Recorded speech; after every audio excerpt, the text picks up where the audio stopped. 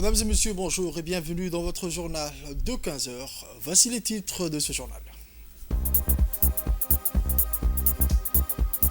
Célébration du Maulid Nebi, 12 Rabi al-Awwal 1446 dans le pays.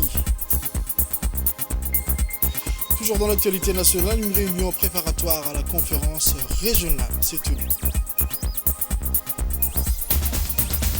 Une nouvelle mondiale à présent. Au Moyen-Orient, les attaques israéliennes contre le nord et le sud de l'enclave tuent 11 Palestiniens. Les détails dans ce journal de 15 heures.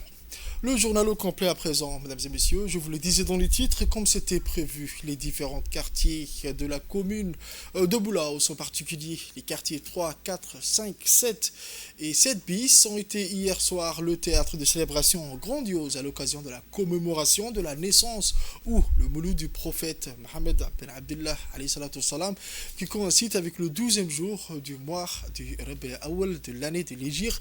Ces événements ont vu la participation notamment des hauts fonctionnaires, des érudits religieux, des prédicateurs, des dizaines de notables, des dignitaires et des jeunes, sans oublier les groupes de chants religieux.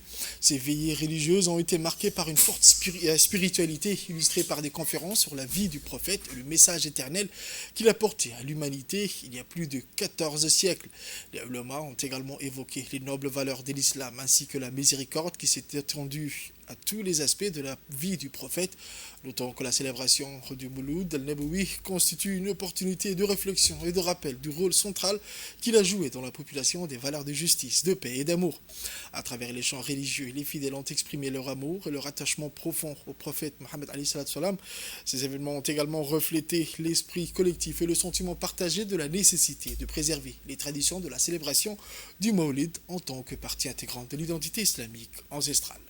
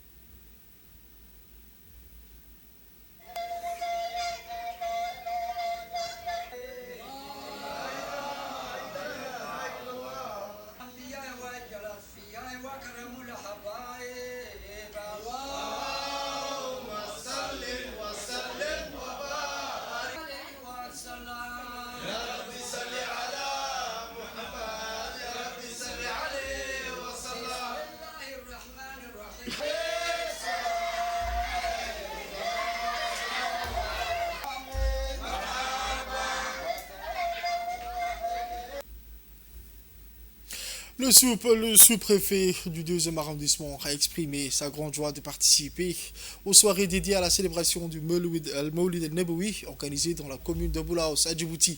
Il a souligné l'importance capitale de cette occasion pour l'ensemble de la nation islamique, rappelant que les nobles valeurs apportées par le prophète Mohammed paix et salut sur lui. Il a également indiqué qu'il avait effectué, en compagnie de l'adjoint du préfet du 3e arrondissement, une tournée d'inspection de plusieurs sites où se tenaient les festivités religieuses. Ils ont pu constater les préparatifs et participer aux événements qui expriment la joie de cette bénédiction. Pour conclure dans son intervention, M. Abdi Shahid a saisi cette occasion pour adresser ses plus chaleureuses félicitations à son Excellence le Président de la République ainsi qu'au peuple djiboutien. Il a souhaité également paix, prospérité et stabilité à tous, priant Dieu le Tout-Puissant de répandre sa bénédiction sur l'ensemble du territoire national et les nations islamiques en cette occasion bénie. À Balbala à présent, d'autre part, la commune de Balbala, notamment Cheikh Moussa et Cheikh Ousmane ont célébré hier soir à l'occasion de la commémoration du Maulid al-Nabawi, où tous étaient au rendez-vous pour cet événement religieux qui a apporté une atmosphère de sérénité et de réflexion. Des érudits et prédicateurs ont aussi pris part aux célébrations, prononçant des conférences sur la biographie du prophète Mohammed alayhi salatu wassalam et l'importance de suivre sa sunna dans la vie quotidienne. Les soirées ont également été marquées par des performances des groupes qui ont touché le cœur des participants avec des chants religieux exprimant l'amour et la gratitude envers le prophète Mohammed alayhi salatu wassalam. Ces chants ont évoqué les valeurs nobles et du prophète, paix et salut sur lui, et qui a transmis à l'humanité telles que la justice, la tolérance et l'amour.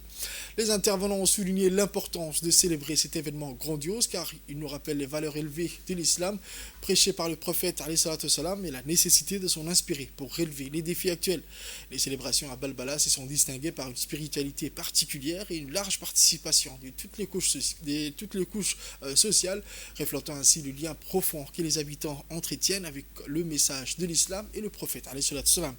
En somme, la fête de Maulid al-Nabawi est un moment de réjouissance et de réflexion qui rappelle l'importance de l'exemple, le prophète alayhi salatu wassalam, dans la vie des musulmans.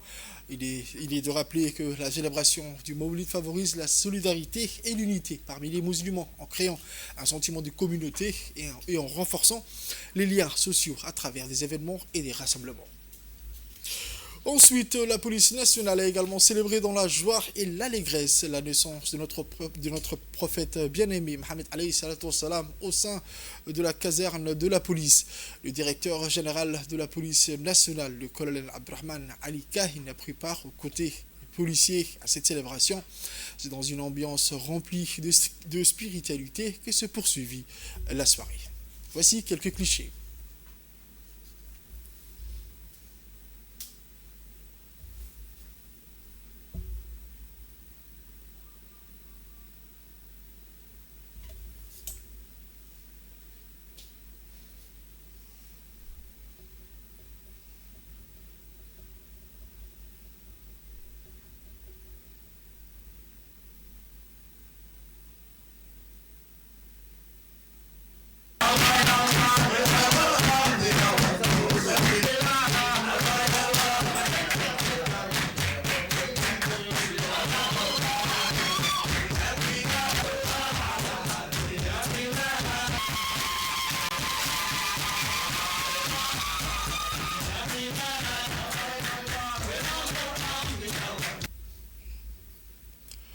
Toujours dans l'actualité nationale, le ministre du Commerce et du Tourisme, son Excellence M. Mohamed Warsama Diriye, a reçu ce matin dans son cabinet une délégation du secrétariat de la ZLECAf conduite par Mme Constance Ghislaine, coordinatrice de l'initiative du commerce guidé de la ZLECAf.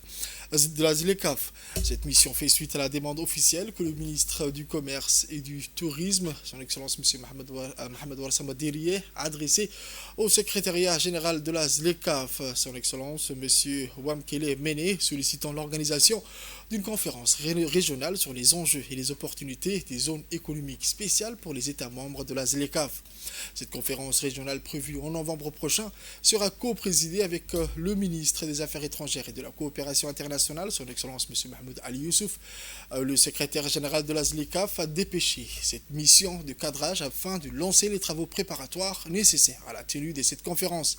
Lors de cette rencontre, les délégués du secrétariat de la ZLECAf ont fait un compte rendu des tâches à accomplir et des démarches à entreprendre en vue de l'organisation de cette conférence régionale. Par la suite, les parties ont engagé des discussions approfondies sur les répartitions des rôles et des responsabilités ainsi que sur les questions prioritaires à traiter. De son côté, le ministre du Commerce et du Tourisme, M. Mohamed Warsama Diriye, a souhaité la bienvenue à la délégation de la ZLECAf et a indiqué que tous les moyens seront associés pour abriter cette conférence régionale de la ZLECAf. Ces échanges renforcent notre détermination, a-t-il dit, à faire de cette conférence un succès, ainsi son importance stratégique et la valeur ajoutée qu'elle apportera à tous les acteurs concernés, a souligné le ministre dans cet entretien.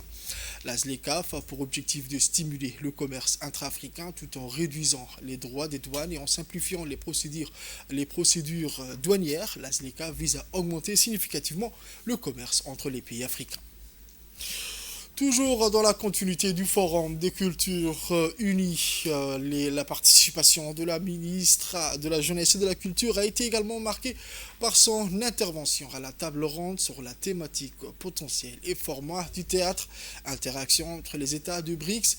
Plusieurs personnalités du monde théâtral étaient présentes et se sont exprimées tout d'abord sur l'état et le fonctionnement du théâtre national dans leurs pays respectifs, avant d'effectuer des recommandations sur les voies et moyens de le développer dans l'espace BRICS.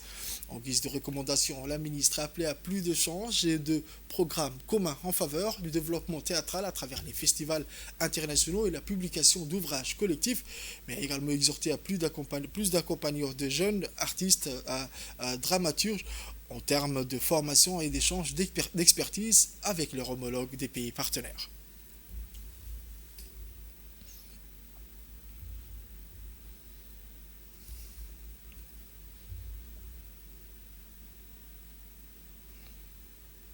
La ministre a dans son intervention, la ministre de la Jeunesse et de la Culture, son Excellence le Dr Hibo Moumine, a évoqué l'histoire, la richesse et la diversité du théâtre djiboutien, qui est un des arts le plus populaires après la chanson. Je voulais dire d'abord qu'actuellement, en tant que ministre en charge de la jeunesse et de la culture, nous nous rendons compte que la jeunesse est très passionnée par cet art qu'est le théâtre. Et d'ailleurs, à Djibouti, c'est un art qui a, disons, la particularité d'associer l'histoire, mais aussi le présent et le futur, parce que le théâtre djiboutien date des années 60. Le théâtre djiboutien, souvent, est qualifié de théâtre chanté, de théâtre dit, où la représentation est vraiment très importante. Donc c'est un théâtre aussi qui associe plusieurs langues et qui reprend plusieurs héritages.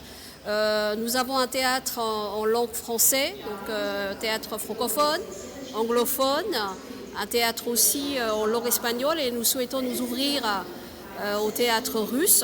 Et donc c'est un théâtre que nous souhaitons développer.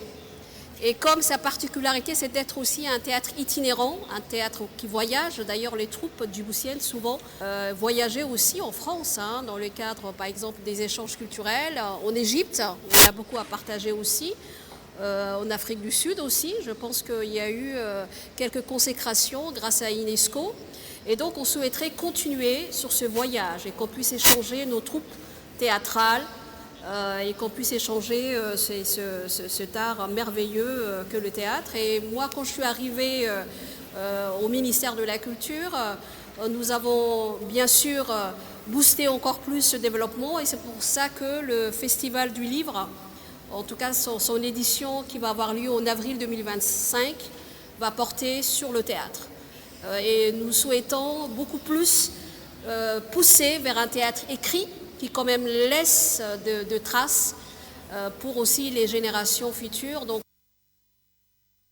Une délégation parlementaire djiboutienne prend part aux travaux de la 10e conférence mondiale des jeunes parlementaires de l'UIP qui s'est tenue du 12 au 15 septembre 2024 à Arménie.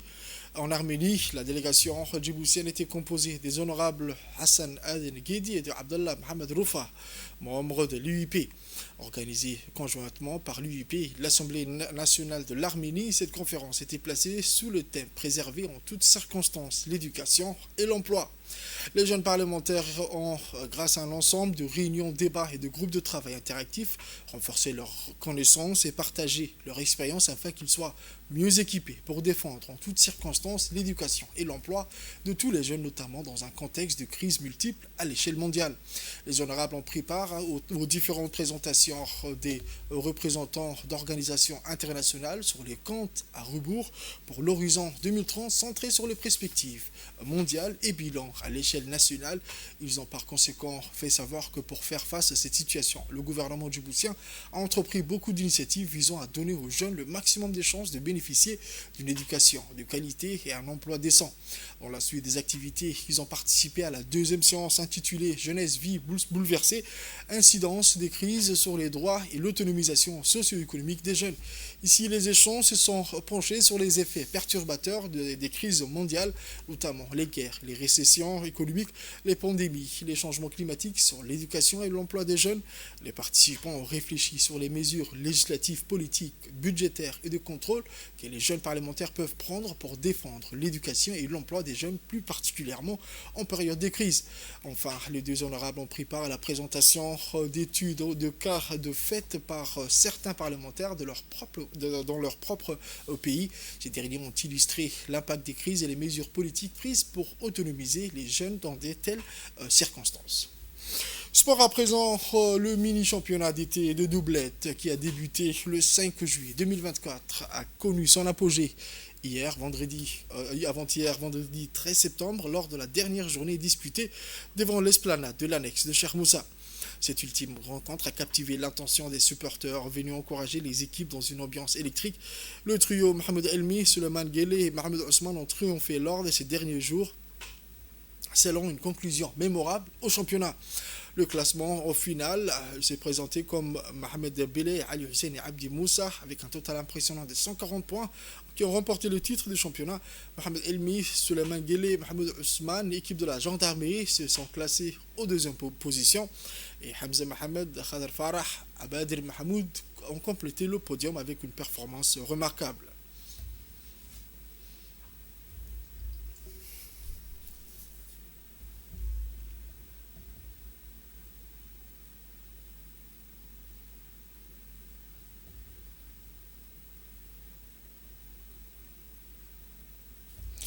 Fait divers de ce journal, c'est dans le cadre de la lutte acharnée contre le trafic illicite de marchandises de contrebande. Une opération de saisie de 4 a été minutieusement conduite par les équipes mobiles des douanes et de la gendarmerie de Koutemale qui ont démontré l'engagement et l'indéfectible envers la préservation de l'intégrité économique nationale.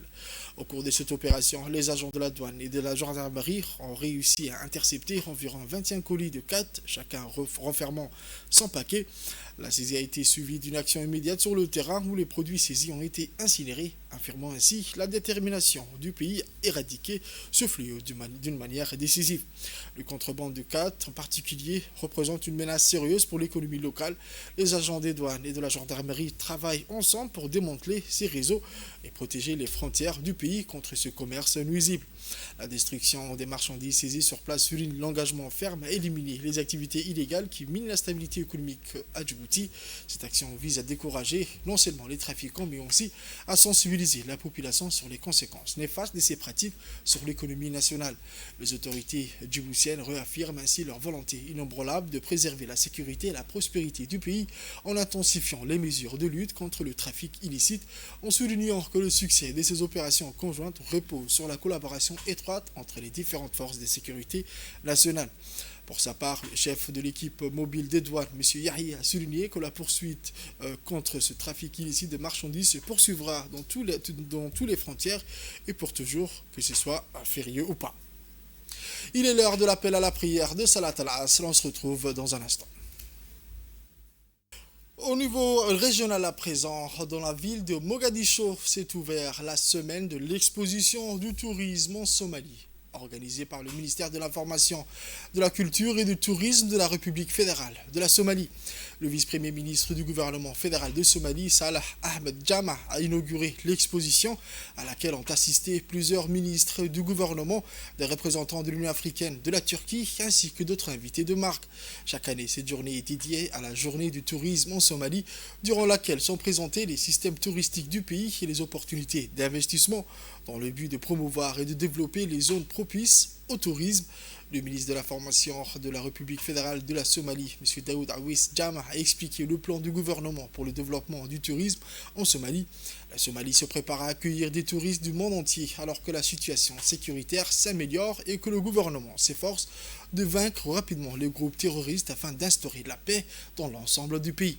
La Somalie est une destination propice au tourisme avec le plus long littoral d'Afrique s'étendant sur tout le territoire de la République, de vastes terres agricoles, des rivières, des cours d'eau en perpétuel mouvement ainsi que des zones montagneuses où jaillissent des sources d'eau naturelles dans certaines régions.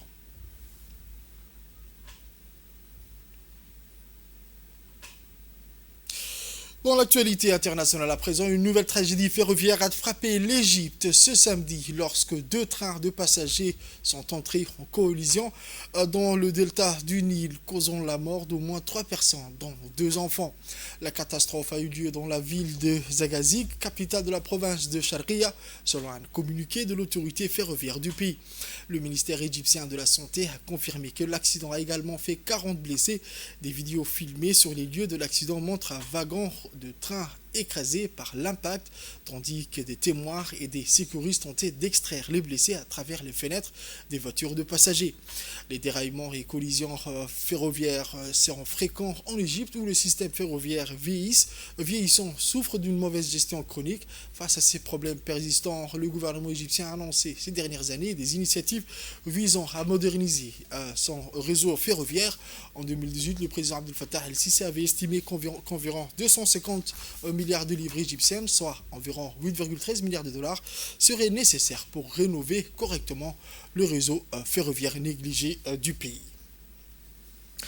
En Israël, à présent, je vous le disais dans les titres, au moins 11 Palestiniens, parmi lesquels on compte plusieurs femmes et enfants, ont été tués ce samedi dans plusieurs attaques israéliennes ciblant des zones dans le nord et le sud de la bande de Gaza. Des sources médicales palestiniennes ont déclaré à Anadolu que 10 Palestiniens ont été tués et de nombreux autres blessés dans des bombardements israéliens visant une maison dans le quartier Al-Tufah, à l'est de la ville de Gaza. Par ailleurs, des sources médicales ont rapporté qu'un Palestinien a été tué et 6 autres blessés dans le bombardement israélien d'une tente abritant des personnes déplacées dans la zone d'Al-Mawasi, à l'ouest de Khan Younes, dans le sud de la bande de Gaza.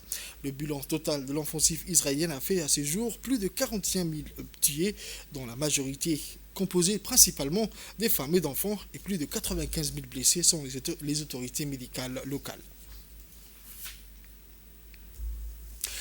L'Allemagne et le Kenya ont signé vendredi un accord qui permettra à 250 travailleurs kenyans qualifiés et semi-qualifiés de s'installer en Allemagne, selon une information rapportée samedi par des médias.